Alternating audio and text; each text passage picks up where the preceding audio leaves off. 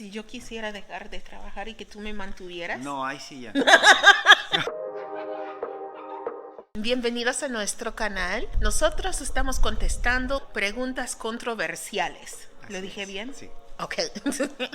Son preguntas de pareja que son supuestamente un poco incómodas. Comenzamos con la primera pregunta. ¿Hay alguna justificación por engañar a tu pareja? No es aceptable ni es justificable. Yo creo que más que todo, si no funciona o saben que han tenido problemas en la relación, lo más sano es terminar la relación, o si creen que todavía hay posibilidades, ir a un tipo de, ¿no?, de terapia Consejería. o consejería para tratar de recuperar la relación, pero creo que no es justo. ¿Puedes amar románticamente a más que una persona al mismo tiempo? Yo digo que no, porque mi experiencia es que no puedo.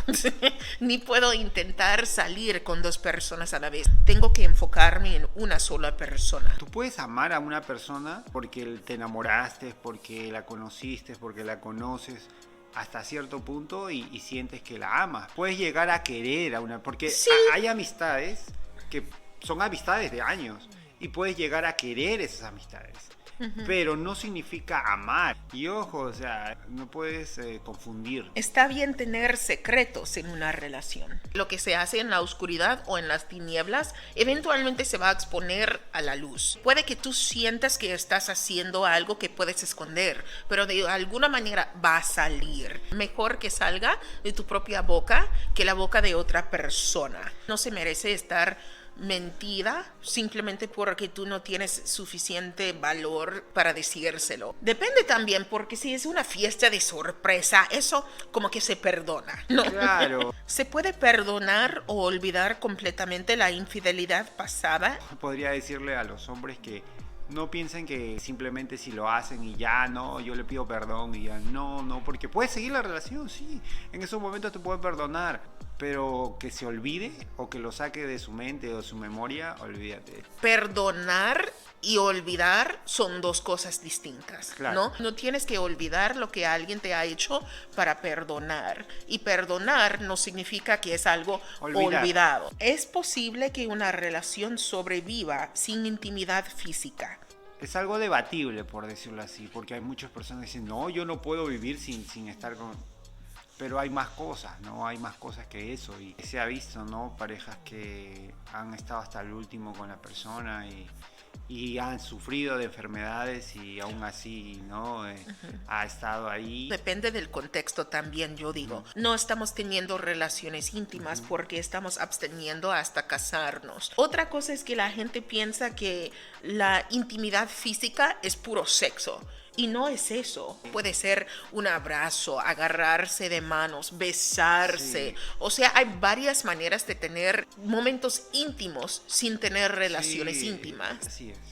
¿Es la diferencia de edad una preocupación importante en una relación? Para los que no saben, Alex y yo tenemos una diferencia de edad de 10 años. ¿Es algo que hemos hablado? ¿Es algo que hemos pensado? ¿Qué edades también puede ser, no? Porque, por ejemplo, una persona de 20 años con una persona de 40 o 45, yo creo que... Es asqueroso, primero que nada. Yo creo que es demasiado, ¿no? Demasiada ventaja, por decirlo así. A una persona, ponle de 30 a 40, no es mucha la diferencia, ¿no? Sí, hay diferencias, obviamente, pero tampoco no es que es abismal, ¿no?, como lo otro, ¿no? O sea, la diferencia de edad yo creo que más que todo es mental. ¿Mental? ¿No? Mental, tiene que ver muchas cosas mentales, ¿no? ¿Es importante la apariencia física en una relación? Yo digo que sí. Yo creo que sí, ¿no? Más Si que es todo, no, pero si es importante, sí. Yo conozco a personas que dicen que no me interesa cómo parezca la persona con quien esté, que sea una persona simpática, que esto y lo otro. A mí me gusta mirar a mi pareja